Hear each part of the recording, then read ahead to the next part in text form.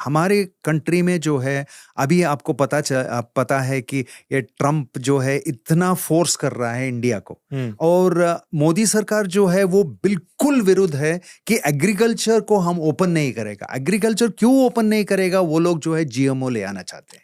Just for जो लोग जानते नहीं है एग्जैक्टली क्या हो रहा है इंडिया और यूएस के बीच में, ट्रम्प मोदी के बीच में, ये क्या चल रहा है एग्रीकल्चर को लेके? एग्रीकल्चर को लेके क्या है कि मोदी जी ने कहा है कि जो भी हमारे ट्रेड होता है इसमें हमारी एग्रीकल्चर सेक्टर को हम ओपन नहीं करेंगे। जैसे अभी अमेरिका में बहुत बड़ा प्रोडक्शन हो गया है सोयाबीन का, वो सारा सोयाबीन ले आके जो है इंडिया में डालना चाहते हैं। ऐसी ही जो है उनकी डेयरी सेक्टर में, जैसे दूध है, मक्खन है और ये चीज है, ये सब जो है इधर ले आना चाहते हैं वो लोग। लेकिन वो पूरा केमिकल से भरा हुआ है। और मोदी सरकार ये बोलता है कि नहीं, हम एग्रीकल्चर को हम ओपन नहीं करेंगे, तो हम अपना खुद प्रोड्यूस करेंगे, हम खुद प्रोड्यूस करेंगे और जितना हमको चाहिए हम खाएंगे।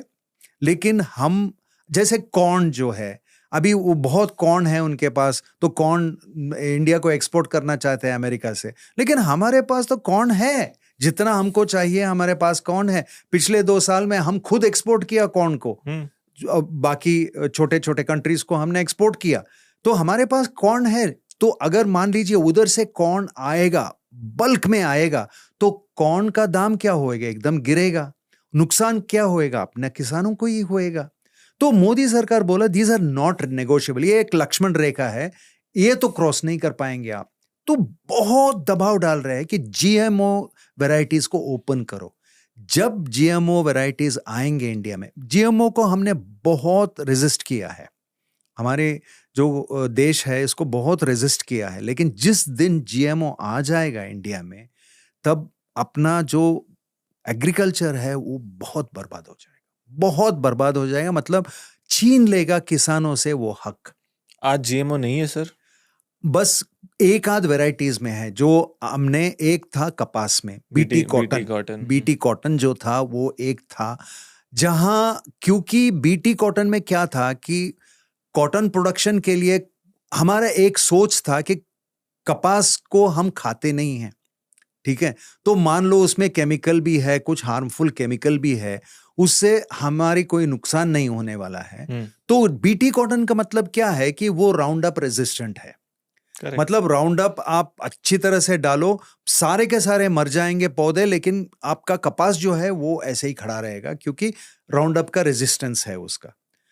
तो बीटी कॉटन अलाउ किया गवर्नमेंट ने, लेकिन फिर हमको पता चला कि ये तो प्रॉब्लम ही है, क्योंकि उसका कपास का जो आपका बीज है, उससे जो है हम अपनी पशु के लिए हम फोडर बनाते हैं, फीड बनाते हैं, ऑयल केक, वो सीड ऑयल केक से हम उसको देते हैं, उधर से वो दूध हमारे बच्चे पीते हैं। तो ये राउंड अप जो है वो चैनल में आ गया, हमारे पूरा साइकिल आ गया।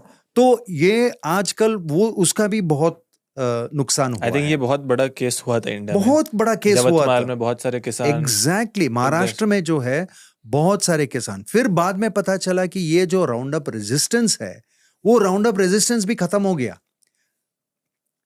हाँ, वो जो है, हाँ, वो राउंड अप जो है वो रेजिस्टेंस भी खत्म हो गया उसका।